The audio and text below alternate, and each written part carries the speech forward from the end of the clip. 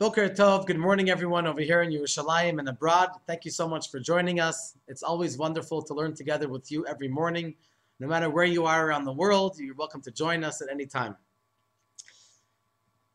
We are in the middle of our great course of Tehillim, according to the teachings of Chassidut, in chapter Kuf Yutet 119.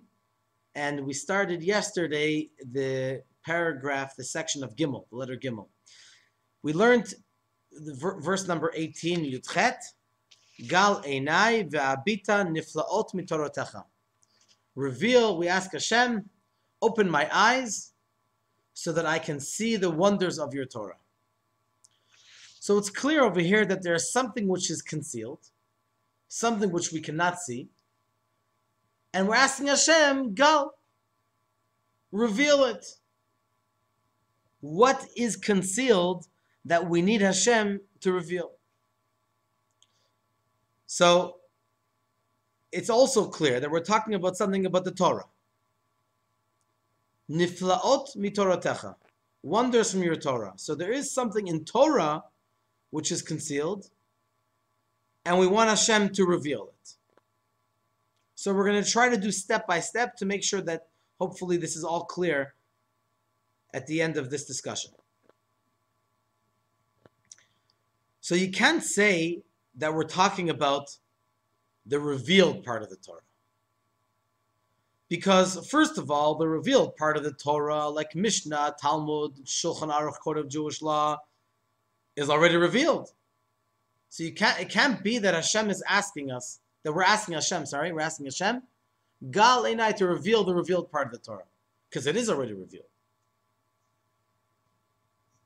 And so, also, you can't say it's talking about the revealed part of the Torah because we're calling this niflaot, wonders of the Torah. So the revealed part is not called the wonders. Wonder is something which is usually unexpected. And then a wonder happened, a huge miracle, not even a regular miracle. A huge miracle happened, totally unexpected, and that became revealed. So, it can't be that the Nigla, the Torah, is called Niflaot. So what is the request? What are we asking from Hashem? Gal Einai, open my eyes, reveal my eyes. That I need to make a great effort in revealing it. So Niflaot, wonders, refers to Pnimiyut Torah. It refers to the mystical interpretation of the Torah. For many generations, it was totally concealed. When Mashiach comes, it will be revealed. There's a famous phrase amongst Chassidim that, first I'll say it in Yiddish, it sounds more authentic. Matan Torah vet nicht sein noch einmal. Matan Torah, the giving of Torah, will never happen again. Even the Zohar and the teachings of the Holy Arizal, and of course the teachings of Mashiach, that was already given at the time of Matan Torah. So what is the innovation of the revelation of Pnimis Torah, the mystical teachings of the Torah? So the answer lies in a phrase of Chazal, which says as follows. Our sages teach us, Kol ma shetalmid vatik atid l'chadesh, hakol nitan l'Moshe b'Sinai. Everything that a student, a wise student, a long-time student will innovate, it was already given to Moshe at Har Sinai. So the obvious question is, make up your mind. Either you want to say that this student is innovating it, it means that it was not here before, because that's what an innovation is. Or you want to tell me that it was already given to Moshe Rabbeinu at Har Sinai. The answer is that they're both right. That's a classical Jewish answer. They're both right. We'll find a way to make everybody happy. Really, everything was given back then to Moshe at Har Sinai. But many details of the Torah were not revealed for generations and centuries. It's been so concealed that it takes time until it's revealed. So if we have a student, a rabbi, a Torah scholar, which is going to teach us something quote unquote new, that means that they've revealed something which was so deep down, it was so concealed, that you needed to have a tremendous effort in order to reveal it.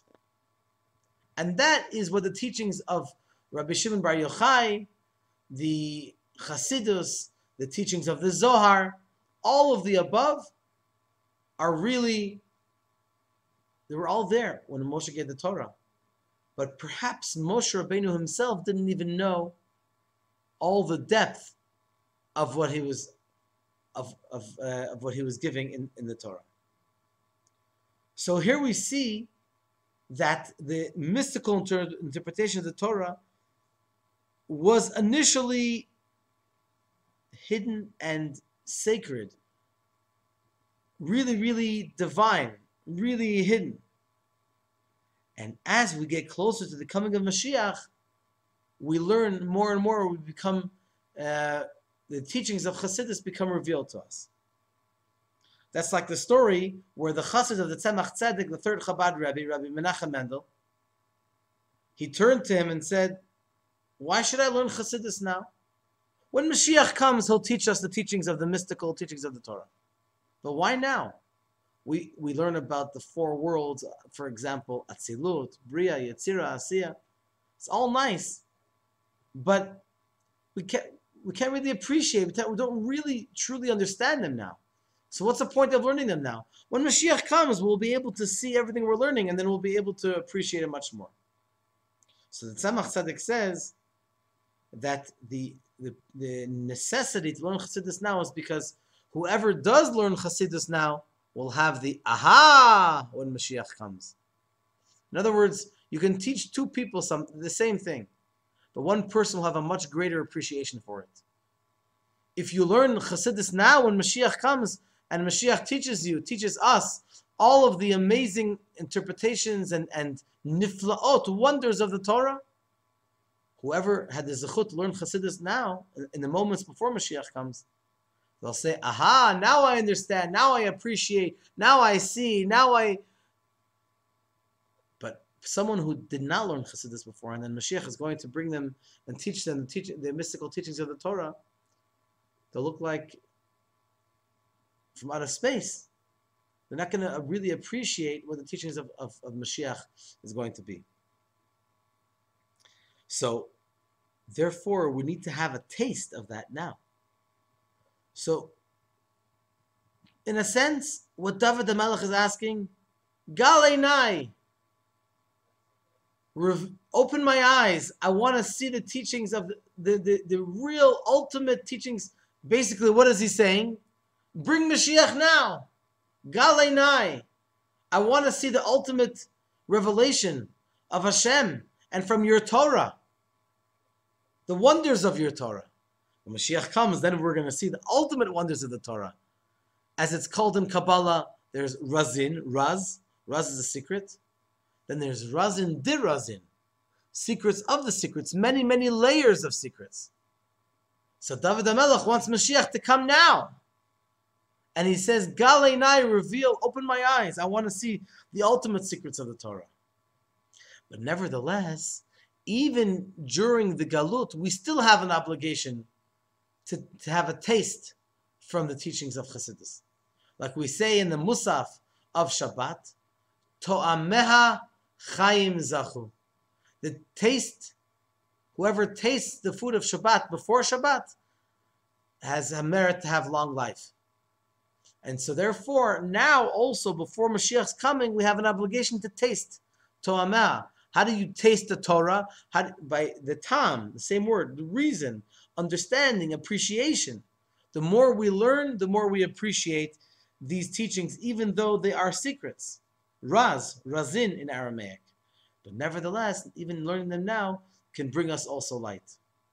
And that's why the numerical value of Raz is 207. It's the same numerical value as Or. Or is light, 207. Raz, the Resh is 200, The Zayin is 7, 207. In Or, we also have a Resh, 200. The Vav is 6, and the Aleph is 1, equals 207. So you could ask a similar question to what we asked yesterday. How could you have the same numerical value for two words that are exactly opposite? Raz is a secret, which is concealment, and Or is light, which is revelation.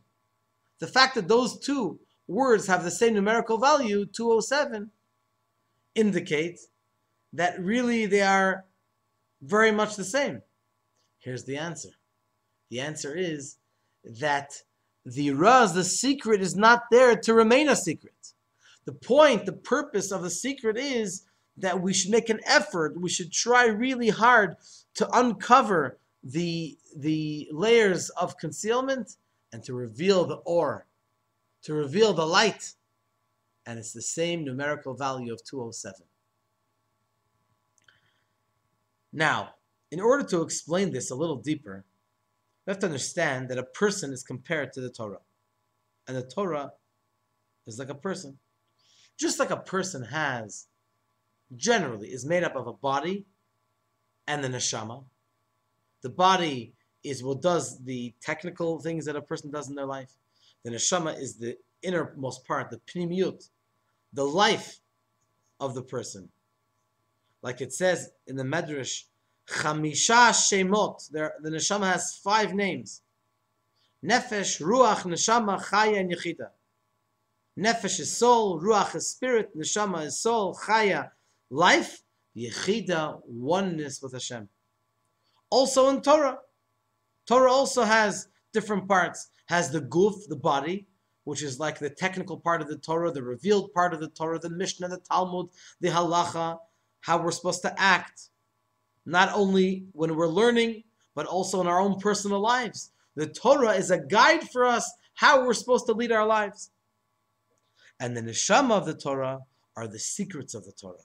And you have many, many levels. You have the nefesh of the neshama, you have ruach of the neshama, and so on. And like we said earlier, you have razin, which are secrets, like from the word raz in Hebrew. And razin, dirazin, secrets of the secrets. In other words, many levels of neshama, one deeper than the other. So just like in the person, in the individual, you have the body, which is like a lavush, a garment for the neshama. And on top of the body, you have other levels of garments, but they are only external. So too in the Torah, we also have some stories in the Torah. Like we talked a couple of days ago about the importance of telling over stories of the Torah. So for example, the story of the 7 kings that, the children of Esav, that ruled in Edom. When you just read the simple meaning of the Torah, we don't really understand almost anything about it. But then, when the teachings of Kabbalah enlighten us and teach us about these 7 levels of the world of Tohu, we're talking about the world of chaos, which is a whole very deep subject, fascinating subject in Kabbalah. I'm not going to get into it now, but at least to understand this anecdote. Also the story of the gifts that Yaakov sent to Esav. What are these gifts? These are the secrets of the Torah. But when we learn them, without learning the teachings of Chassidus and the teachings of the Kabbalah, we almost do not appreciate what the real deeper meaning is over here. So therefore, David HaMelech says over here in Pasuk Chai, Yudchet, Gal Einai, open my eyes, ve'abita, and I want to see niflaot mitoratecha, the wonders of your Torah. The part of the Torah which is nigla, revealed, that pretty much I can get away with on my own. Obviously, we need to have Hashem's inspiration and Hashem's guidance for sure. But at least on some level, on some basic level, a person can relate to it. But when it comes to niflaot, wonders like this year, Pei, Tafshin Pei Aleph, Niflaot Arenu, Pele. Pele is a wonder. something which is not taken for granted, something which is very, very deep, and all of a sudden you're privy to understand and to see it. That's a wonder, that's amazing, that's fascinating. So David HaMelech wants to see the niflaot, the wonders of the Torah. David HaMelech wants to be able to relate to the teachings of Chassidus. In addition to the fact that when Mashiach comes, we're going to appreciate, we're going to be privy to the deepest teachings of the Torah. In addition to that, now, in the final moments before Mashiach's coming, we also ask Hashem, Gal Einai. We also want to see the teachings, the explanation into the deeper teachings of your Torah. And this is like our sages teach us, Hakol b'chezkat sumin, everyone is considered to be blind, Ad shakadosh baruch hu meir et einayim, until Hashem lights up their eyes. So if someone thinks, like we talked earlier, if someone thinks that because they have eyes, it means they can see, that's not really seeing. It's technically seeing. What's the proof? It says in the Chazal that when Sarah sent Hagar away with Yishmael, and Yishmael was dying from thirst, it says Hashem opened her eyes and she saw a well and she gave Yishmael to drink. So if we say that by a physical object, that it was right there and Hashem needed to open her eyes, how much more so when it comes to Torah, when it comes to spirituality, that we should not think that we can see things on our own. What we can see is good, but that's only from an external perspective. From a neshama perspective, from a real deep perspective, only Hashem can open our eyes. Gal einai, open my eyes so that I can see the wonders of your Torah. Then we can ask another question in this verse. The question is, if the issue is that there are secrets in your Torah, Hashem, so then why are we asking Hashem, Gal Einai, open my eyes? David HaMelech should be really asking, open your Torah, reveal your Torah. The question should not, the request should not be about him personally, it should be about the Torah. Because it's the Torah which is concealed.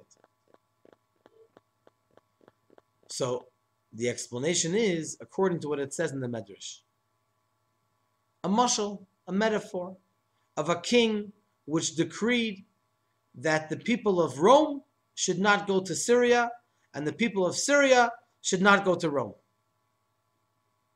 So too, when Hashem created the world, Hashem made a decree that the higher realm is considered on its own, and the lower realms, the lower worlds are considered on their own. They shouldn't mix. You have the materialism down here, and you have the spirituality up there. What happened when Hashem gave us the Torah? Vayered Hashem al Har Sinai. Hashem came down, so to speak, descended onto Har Sinai. And then afterwards, it says, El Moshe Amar, to Moshe Hashem said, Alei al Hashem, go up to Hashem. So here you have, nullifying the decree that Hashem made in the beginning of creation, that there should not be a mix of the spiritual realm with the materialistic realm. And then Hashem came down, so to speak. In other words, spirituality should be able to influence, to elevate the materialism, and the materialism should be elevated to spirituality.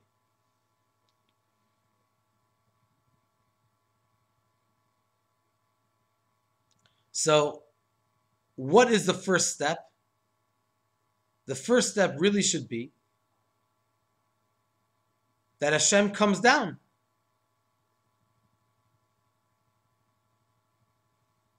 Aniya matchil. Hashem says, I am going to be the one who is going to jumpstart this relationship. Hashem has to be the one to inspire us and come into our realm, and then that will inspire us to be elevated to Him. We cannot do it alone. So then why does it say in the Medrash, first he says, Hatachtonim yalu le'elyonim, the lower realm should go up to above, and then it says that the elyonim yadu le'tachtonim, that the spiritual realm should come down. Isn't the first thing Hashem Himself says, Ani matchil? The answer is because what's the main goal? The main goal is, why does Hashem come into our realm? In order that we should be able to uplift from down here. Same thing is when by the giving of the Torah, of Pnimiyut Torah, of the mystical teachings of the Torah. That what's the purpose? The purpose is that also man, also the individual, also the person should be elevated. So when David the Melech says, and we repeat his words, Gal Einai, open my eyes. True that we're asking Hashem to reveal the Torah, but what's the purpose? What's the main purpose? The main purpose is Gal Einai, that our eyes should be opened, that Hashem should give us the opportunity and the zchut to be able to see the wonders of Hashem's Torah. Hashem's Torah could be open, it could be revealed for the angels, but if it doesn't affect us, then it almost hasn't accomplished anything. It's accomplished, but almost not anything. What's the main purpose of Hashem revealing the teachings of His Torah? Is in order that we should also be part of it. That the world, the materialism of the world, the person, the individual, Einai, my eyes, should be opened, should be revealed. And this leads me into a beautiful interpretation from the Tzemach Tzedek over here in this verse. When the Tzemach Tzedek in his Pirush of Tehillim, in his interpretation of Tehillim in the Ora Torah, so he talks about the revealing the secrets of the Torah, and then he sticks in something which seems to be a little bit different. He starts talking about the secrets of the mitzvot. So it's similar, but it's a different subject. When you talk about the teachings of the Torah, you're talking about an intellectual teaching, an intellectual accomplishment that Hashem should open up our eyes and we should be able to see and appreciate these teachings. But if we're talking about the mitzvot is a whole other subject. When I put on my tefillin, or when a woman lights her Shabbat candles, or when we do different mitzvot, it doesn't seem to have much meaning unless we learn about them, unless we try to dig deep down into the teachings of Chassidus and Medrash and Talmud. So, how does this come into this subject? How does the idea of the secrets of the mitzvot come in when we talk about niflaot mitoratecha? Of course, on a general note, when we talk about Hashem's Torah, we're talking about also the mitzvot. That's clear. But when we talk about the details, when we get a little deeper into the details, it is a little different. The Torah is the learning part of it, and the mitzvot are the materialistic observance. But according to what we said earlier, that the most important part of Hashem giving us the Torah was that the spirituality should influence this world, the tachtonim, the lower worlds, that the lower world should be uplifted into and become more spiritual. If that's the whole purpose, then the subject of the concealment of the mitzvot, that the mitzvot seem to be very, very physical, materialistic objects and involvement, that is the main purpose. Then that is the purpose of why Hashem gave us the spirituality and the Torah, that we should observe the mitzvot, that we should do the mitzvahs with the materialism of the world. So it's not two subjects, the concealment of the Torah and the concealment of the mitzvot. It's Hainu Hach. It's one and the same concept. Within the concealment of the teachings of the Torah lies mainly the observance of the mitzvot, which if we don't learn about them, seem to be meaningless, seem to be just involvement with materialistic objects. And so therefore we have to realize the main purpose of why we are doing the mitzvah, to bring godliness and the highest level of godliness down here into this world, as it says in Chazal, "L'tzaref bahen et habriot," to involve, to connect all of the creations of Hashem. This is why Rabbi Shimon Bar Yochai was so successful in revealing the teachings of Niflaot Toratecha.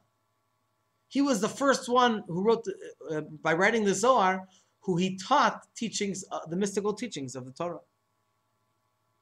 And this is why his yard site, as we said a couple of days ago, was on Lag BaOmer, because Lag is the same word as the same letters as Gal, to reveal.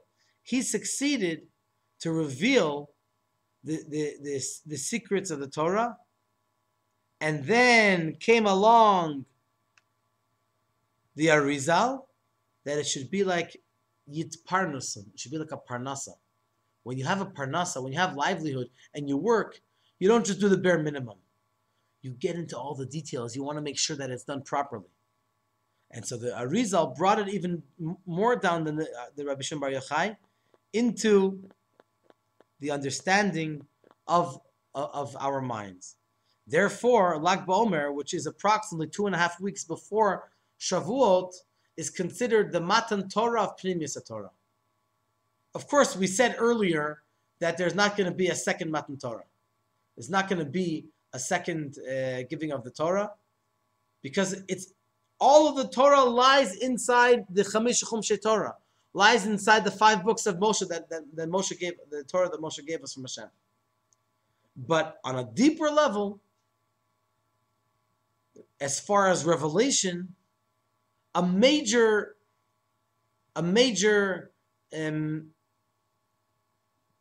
occurrence, a major stop along the way of the Torah coming down from generation to generation was with Rabbi Shimon Bar Yochai, was with the writing of the Zohar.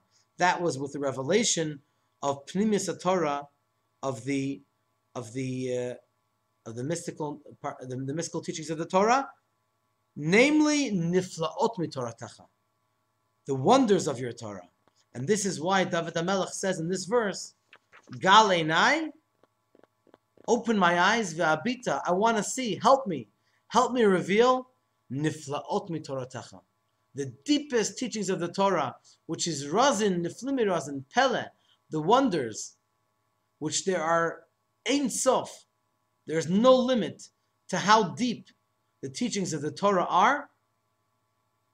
We have to start now. And Bezrat Hashem will teach us, will open our eyes and reveal to us many more secrets of the Torah. And when Mashiach comes, not only are we going to learn deeper secrets, but listen to this, every moment we're going to go deeper and deeper, Ein Sof, no limit, no end to how deep, to how great Hashem is. That's amazing. So we're going to learn more and more, deeper and deeper, and every moment will be Ein Sof in comparison to the moment beforehand. And it's never ending. So we can understand why David HaMelech has such a yearning to see and to learn the wonders of Hashem's Torah. And us saying Tehillim, we should also express also our yearning to be able to understand and learn as much Torah and as much Chassidus as possible. And of course, the point that we began with, that David HaMelech wants Mashiach to come, to have the ultimate revelations. This is a great way to finish this class, that we ask of Hashem, Gal Einai, may Hashem open our eyes, and we should be able to see Mashiach, we should be able to see the Beit HaMikdash, and we should be able to see the teachings, the deepest teachings of the Torah, which are never ending, and which will enlighten our lives and our neshamas and the neshamas of all the generations of Am Yisrael forever and ever. Thank you so much for joining us. Bezrat Hashem, Thursday morning, once again, 9:30. And of course, Friday morning, Kabbalah Cafe before Parashat Va'era. Thank you.